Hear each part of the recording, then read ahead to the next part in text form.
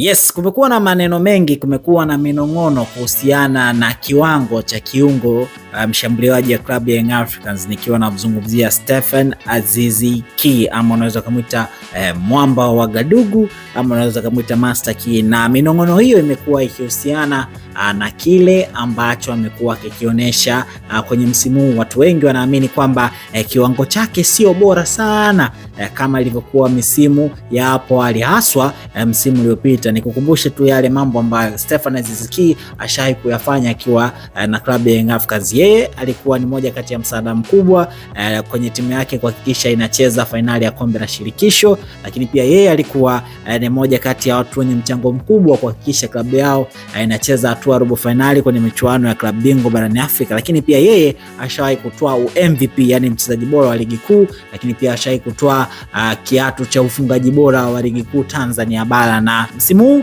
kumekuwa na ingia toka ya kiwango cha mchezaji huyo. Baada ya maswali mengi na minong'ono mingi, Stephen Aziz Ki yeye ameamua kufunguka, na kwenye kufunguka ni tanukuu kwa yale ambayo amesema hivi: nafikiri msimu huu sijafanya mambo makubwa sana. Hili limetokana na uchovu wa msimu uliopita na nilipambana sana kuweka sawa malengo ya klabu. Sio Yanga tu, pia hata timu ya taifa langu Burkina Faso nako sikuwa na mwendelezo mzuri, lakini sasa akili yangu imetulia na inarudi uwanjani.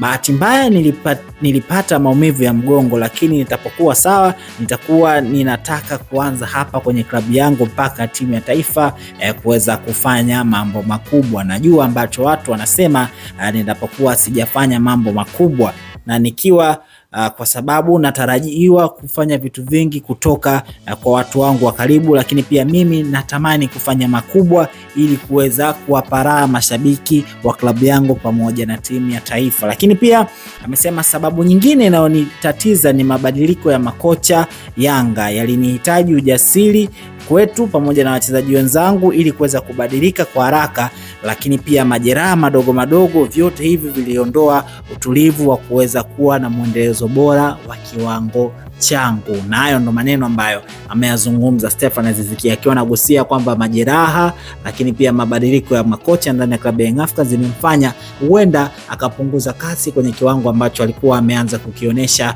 msimu uliopita, lakini pia hata msimu wa hapo awali. Je, ni wakati sahihi ambao sasa Aziz Ki atarejea na kuonesha ubora wake? Na kumekuwa kuna tetesi ambazo zinazungumza kwamba inawezekana Young Africans wakawa tayari kufanya biashara, yani kumwachia Stephen Aziz Ki kuweza kuondoka ndani ya klabu ya Young Africans ili waweze kusajili wachezaji wengine. Sasa Aziz Ki ataonesha kiwango bora na Yanga ataendelea kusalia naye, ama regardless ya kile ambacho atakionyesha, Young Africans itaamua kumpa mkono wa kwaheri. Mimi naitwa Raymond Elias, endelea kufuatilia updates ambazo tunakupa hapa ndani ya Bongo Refresh, lakini pia hakikisha una subscribe na kulike, lakini pia usahau kuacha comment kutokana na kile ambacho umekisikia hapa.